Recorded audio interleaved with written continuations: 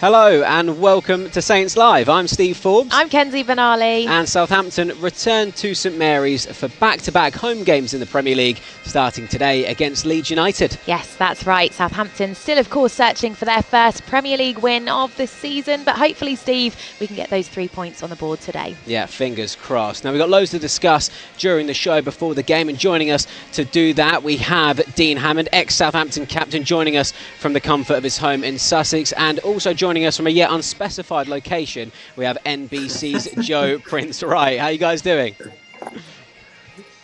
Very well, thank you, Steve. Very well.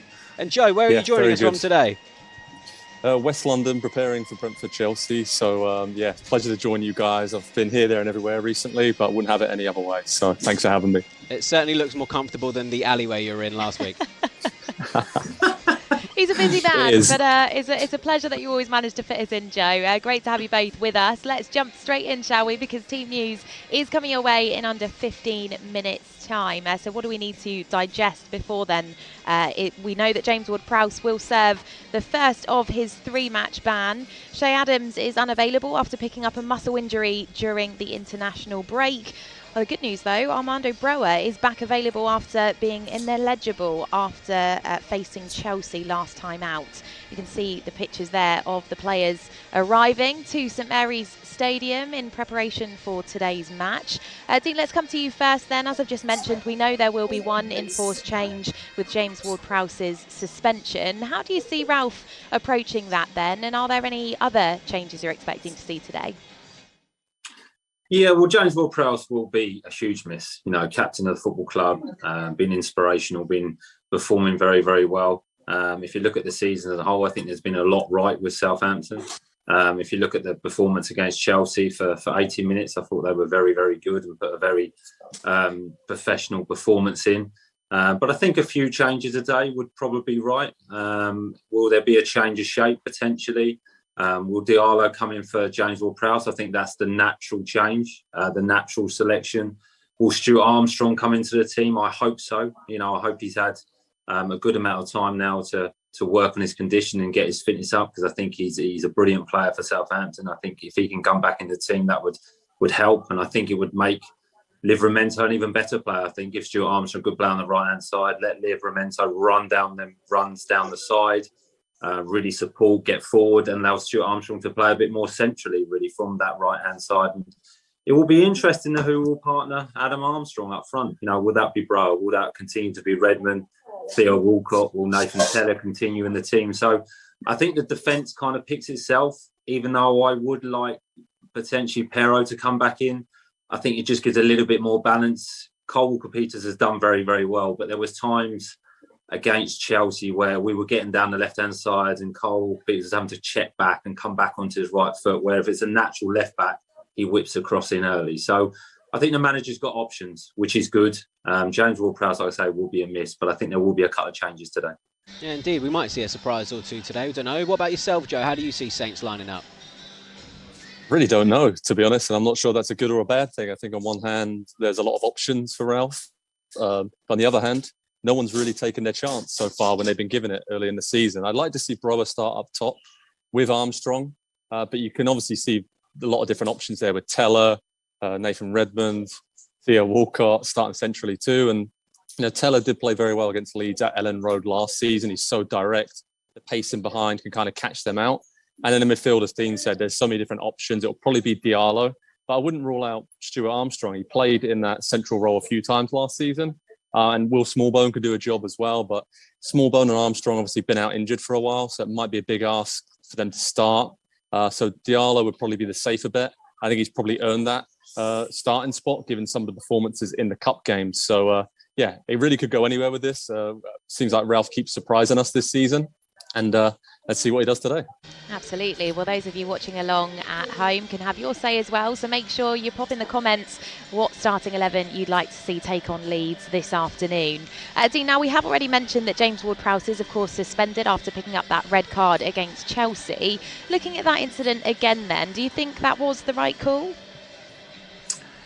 I think so, Kenzie. I think so. I think there's a real honesty about the tackle. I think there's no intent really to hurt the Chelsea player at all. I think James Ward-Prowse, I I mentioned it after the game. His eyes lit up, really. You know, that Southampton were pressing there and they had momentum after getting the equaliser. Looked like they were the team that were potentially going to go and win the game, and just got almost overexcited where he wanted a pressing midfield player, wanted to win the ball. But if you look at it in slow motion, I think it is a sending off.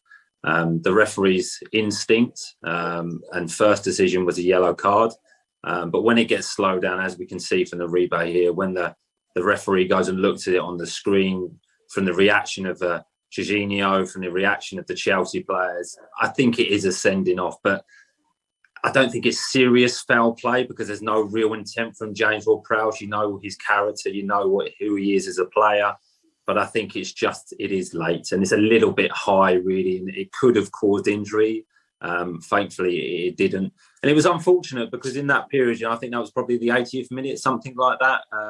And Southampton had performed really, really well up to that point and got themselves back into the game. And obviously, James with the penalty, scoring the goal. Unfortunate for him. But I think if you look at it, it probably is a sending off, yes. Well, Southampton are going to be without JWP for a few games now, Joe. And how big a blow is that, given everything that he offers to the team? It's a huge blow. I think it will just be strange for Saints' other players to look around and not see him next to them because he's been so ever-present now for the last 2 or 3 years. I'd like to really see Oriol Romeo step up. I mean, he'd probably be wearing the armband, you would think, and just try and make that transition as smooth as possible without Ward-Prowse. And some of those veteran players in the team are going to have to fill in and try and make up for him, because I'm just intrigued more than anything to see who's going to be on free kicks and corners, because has anybody else actually taken a set piece over the last few years?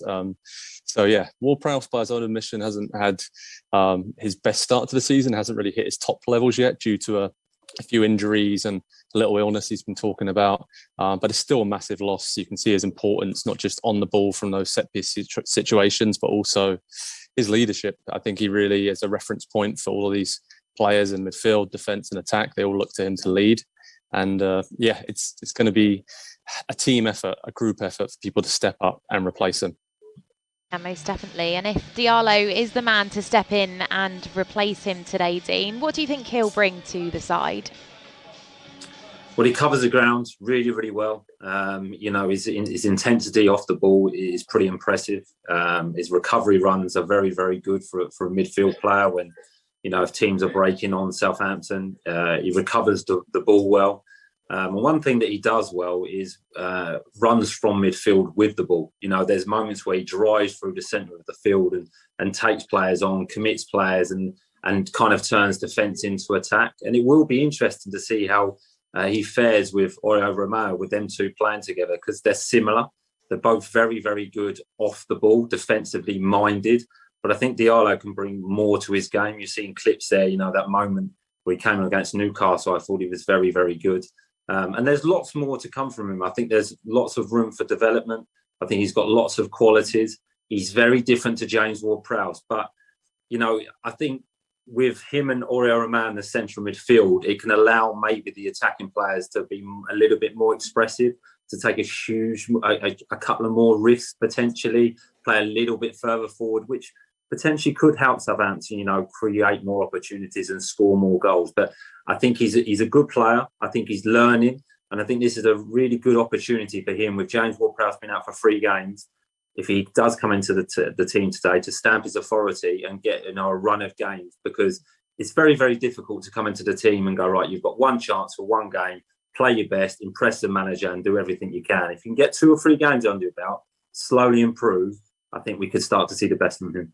Yeah, hopefully. Well, as you said, Kenzie, at the top of the show, Southampton are still looking for their first win of the Premier League season. And Ralph has been speaking about how crucial the next 5 games are. Yeah, I always speak about that it is important to take points consistently, but this is not only for us, it's also for Leeds, for Burnley, for Watford, all the teams that are coming up now. They also all need wins, points. Every weekend in the Premier League, to take a win, you have to have a fantastic performance, and this is the goal. Concentrate more on your performance, on the ways, on the things you can develop, then use energy or lose energy for things. What happens if, I don't know. For me, it's the most important thing to work during the week as good as possible with the team that gives me the chance to bring my match plan on the pitch. In the international break, it's a little bit more difficult because a few players are gone, and then it's not so easy to prepare. But it's the same for our opponent. There are also some players coming back very late. This is the issue you have as a Premier League manager. In general, you have in the national break a lot of players that are going away because they're also good that they play in their international teams, and then you miss them. But even then, I think the few days we have now, from today and tomorrow to Saturday, this is the key time to prepare for this important game. Well, Joe, how do you assess the next 5 upcoming fixtures then? Obviously, we've got Leeds here today, Burnley at home after that, Watford away, then it's back home again to take on Aston Villa, and then Norwich away. How do you kind of look at those matches? Wow. I mean, simply, I think it has to be at least 3 wins from those 5 games. And if not, I think there will be alarm bells starting to ring because the performances have been very good so far versus like some of the best teams in the Premier League, of course, early in the season. But I think now it's all about getting points on the board. I mean, Saints fans and the manager and players will not care if they don't play well, but get scrappy, gutsy wins. And that's what's needed, starting with today. I think today against Leeds is particularly important for setting the tone for this run of 5 games. I think it'll be a different game to a lot of the games coming up because Leeds like to attack, go on the front foot. They'll give Saints actually a lot more space, which I think will suit them. But in the other 4 games that you mentioned, maybe not Aston Villa, but certainly 3 of those 5, you think a lot of those teams will sit back deep and defend, and that's where Southampton have really struggled. So I think it suits Saints obviously much better to be playing an open game where they have space, they can pin opponents back. And those teams that like to try and play out from the back, that's where Southampton can have a lot of joy and get that high press going. But if teams play direct and bypass that high press, I think it takes a large chunk of the Southampton team out of the game. So quite simply, it all starts today. Got to get a win, get 3 points on the board, build some confidence.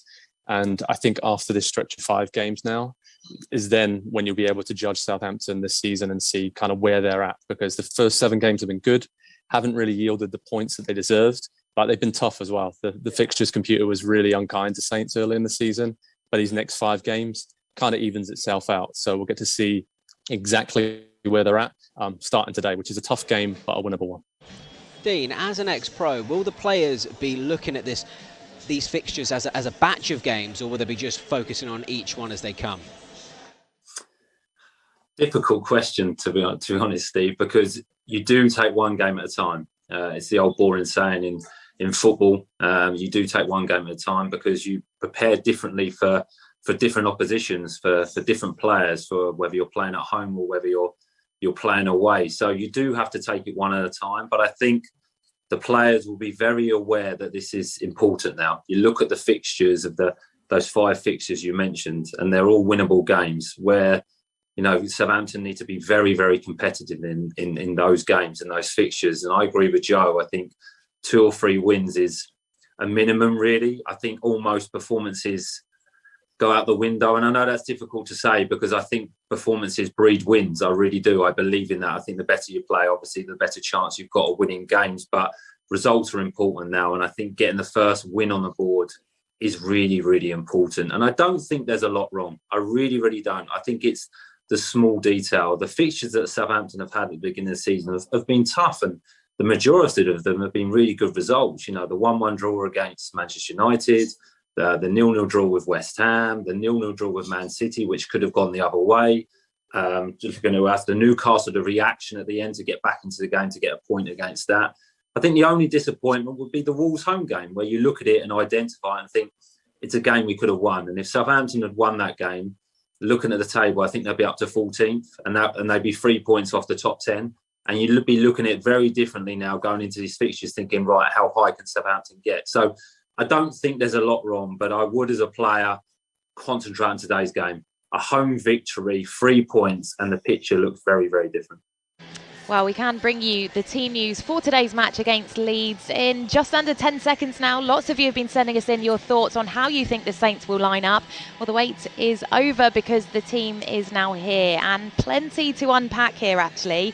Quite a few changes to go through. Let's run through the Saints side in full then, and then we can get your thoughts. And, of course, we welcome your thoughts to those of you watching at home as well. In goal, Alex McCarthy. The back four, Tino Livramento, Jan Bednarek, Mohamed Salisu, and Roman Perraud comes in at right back for Kyle Walker-Peters. In the midfield, Oriol Romeu and Ibrahima Diallo coming in for our captain James Ward-Prowse. And then the front four, we're not quite sure how this is going to work. We have Moy Elyounoussi, Nathan Redmond, Armando Broa and Moussa Djenepo. The Southampton substitutes for the Saints then: Fraser Forster, Kyle Walker-Peters, Jan Valery, Lianco, Stuart Armstrong, Nathan Teller, Theo Walcott, Adam Armstrong and Shane Long. So let's come to you first then, Joe. Not quite sure where to start with that. Looks like we could potentially be seeing a change of shape there. I suppose the obvious place to start is no Adam Armstrong. How do you think that forward position's going to work today? Yeah, really interesting. It seems like a total change of tactic in the attacking third. Again, like you said, maybe Brower up top and then three underneath him potentially, with Redmond, Elyounoussi and Djenepo. Yeah, it's interesting. I think it's just showing that Ralph knows that goal scoring has been a problem. So that something's got to change. The personnel's been changing quite a lot, and today in particular. But I think it's all about the shape and getting more players in that attacking third and more players in positions to be dangerous. We saw Elyounoussi over the international break scored a couple for Norway. He's been looking really sharp in recent weeks. Broa, obviously for Albania as well, has been sensational. So I think some players there have deserve that opportunity to lead the line or be up there in attack. Maybe a bit harsh on Adam Armstrong. I don't know if he's really had the service so far this season to really feed off and get many chances when he has been playing. But I don't think any players that have been left out can really argue right now because they haven't been scoring goals. There hasn't been clicking in the final third. So the manager has to change something. Dean knows this. When you're not scoring goals and creating chances, then something big has to change. It looks like the formation and obviously the personnel's changed. And I know a lot of people will be excited to see Broha start today. Yeah, most definitely. Dean, let's get your thoughts on this then, because I know you said before the team news broke, you'd quite like to see Roman Perraud included. He is, of course, starting today. And again, what's your take on those attacking positions?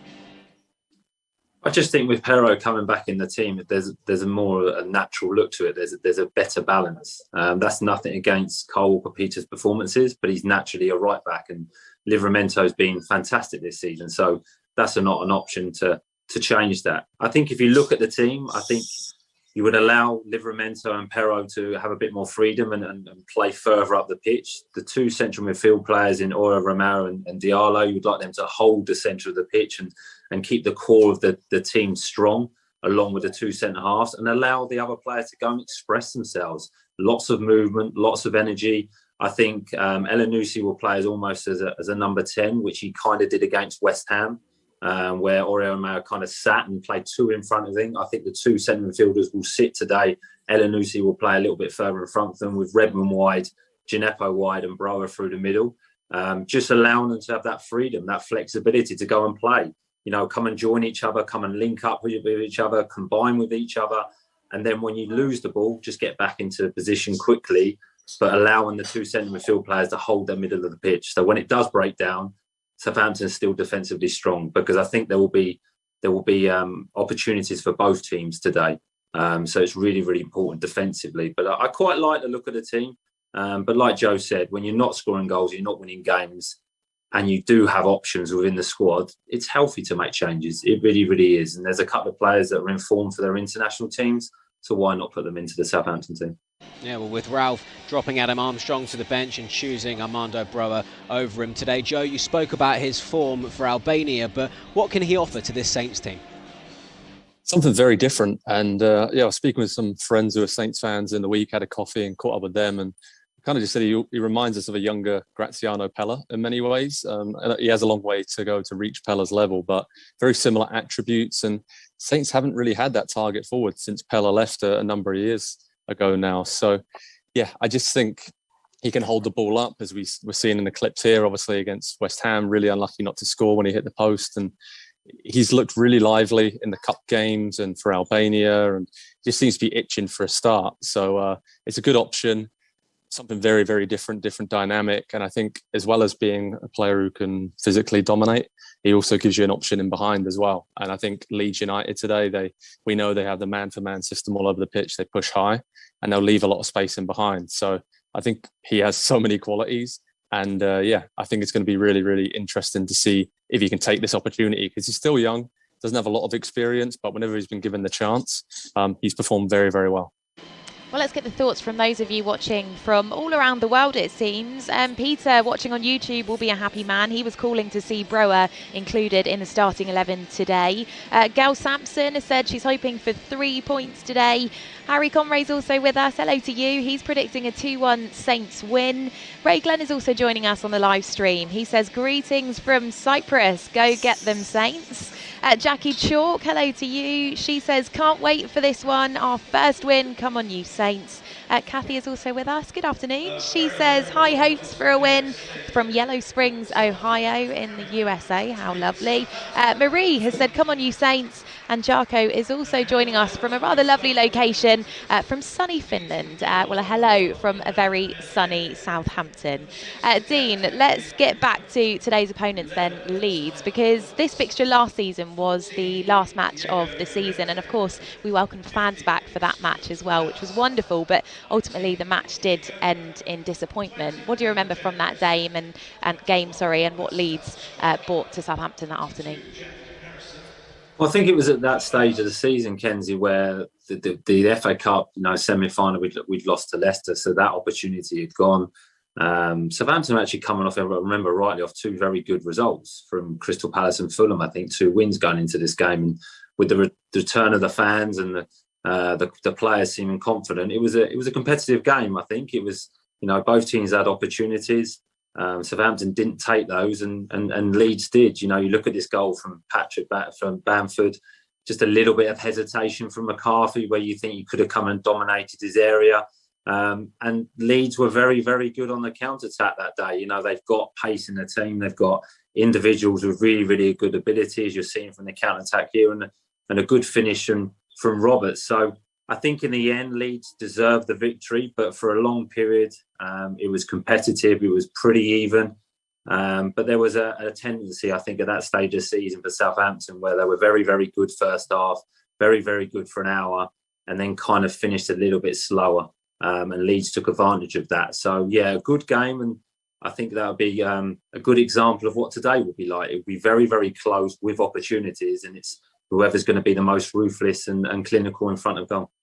Well, Joe, we can have a little look at some examples here of how Leeds like to press high up the park. We know it's going to be different to the type of game that we played against Wolves. They were maybe very happy to sit back at St Mary's. Is this an opportunity for Southampton today?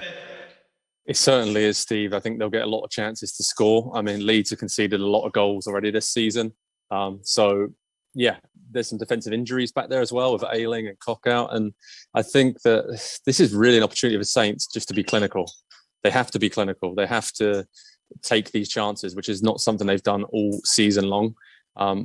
Again, it's just a great opportunity for Brower, as I said before, to stretch Leeds in behind and use his pace. And I think that's why he's starting, to kind of give that presence upfield and run the channels. And then Al Yunusi and others, Redmond, can make the most of those gaps in behind him. But this is a game that suits Saints well. I think not in the home game, but the away game at Elland Road last season, Saints were really unlucky. I remember that game in the first half. They had a lot of chances. They should have maybe been 2 or 3-0 up and just didn't take those opportunities. And sadly, that's been the case this season as well. So they need to be clinical, but they're going to get chances against Leeds United to score.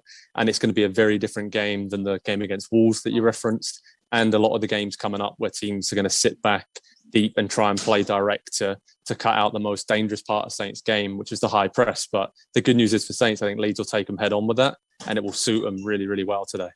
Yeah, most definitely. Well, let's rewind the clock back even further, shall we? Because, Dean, we can't really take on Leeds without showing your fantastic goal against them. Pretty special memories from a good day for you, I imagine.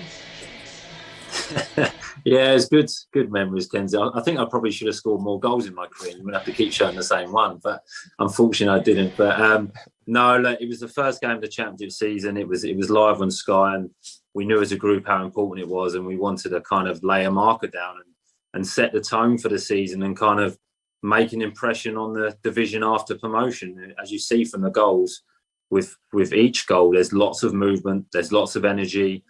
Players in advanced areas. Obviously, the goal from Adam Lallana, that was, he used to do that all the time, technically brilliant.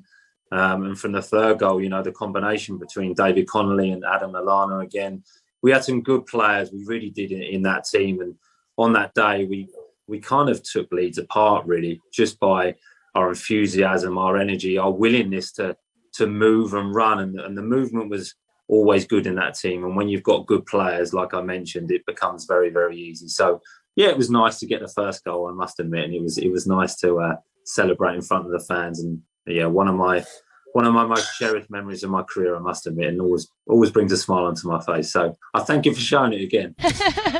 Pleasure. Joe, as a Southampton fan, what goes through your mind when you see the Saints play a promotion hopeful Leeds side off the park on the opening day of that season? Yeah, it was amazing to see, Dean marauding forward there, great strike, and that really set the tone for that whole season, I think. I have very vivid memories of that game. I think I've told you guys before, I was in Spain on a family holiday, celebrating a birthday in a pub, and with a load of people from Southampton, and everyone went crazy when that goal went in. So thank you for that moment, Dean. Yeah, I still remember it all these years later on. And it's great. And I think, when you look at that, and historically, obviously, Leeds are a very big team. Whenever you play against them, especially now, I think in the last few seasons, given their rise, it's a huge test and a huge challenge. But when you're going back to that game, it did set the tone for that season, and you knew Saints were going to be in a really good position in the Championship. And obviously promotion was sealed, and the rest is history, as they say. But hopefully more of the same today, and maybe Oyo Romeo can channel his inner Dean Hammond and smash one in. That would be something. Amazing to see. Right, gentlemen, we've got about 45 minutes to go until kickoff, so it's time to get your final thoughts and score predictions. Dean, let's come to you first. What do you think it's going to be today, and what do you think of the outcome? Well, it'll be a tough game. Lots of energy, lots of intensity from both teams, and I think it's going to have to be a 90-minute performance from Southampton, because Leeds are a pretty unique team and they're very, very fit themselves, and they'll go right to the end. But I think opportunities for both teams. Defensively, I think whoever can perform the best will win the game, and whoever can be most clinical when those opportunities come will be successful in this game. So I'm going to go for a 2-1 Southampton win, which would be brilliant to start off this run of really important fixtures. Great stuff. Now, Joe, how do you see the game panning out? And let's have your score prediction as well. Yeah, it's going to be really tight, really even. I think obviously Leeds have got some big injury issues, so that helps Southampton, but missing Ward-Prowse is going to be big.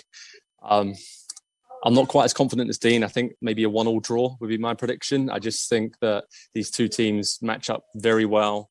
Both teams are going to get chances, and they're both not too confident, haven't had great starts to the season. So I think if you gave both teams a point right now, they'd probably shake hands on that and move on, considering the games they have coming up. But yeah, I could definitely see Saints edging it if Brower is clinical and takes his chance up top. But I'm going for 1-1. Okay, well, Dean, Joe, thank you so much for your company and insights. As always, we will see you after the match. And of course, the Whites are looking for their first back-to-back wins this season, while Southampton, as we've mentioned, are still hoping to pick up their first 3 points of the Premier League season. It's a beautiful day for it, Steve. It should be a good contest. And as I said, we'll be back after the match to bring you all the major talking points from today's game. We'll see you later.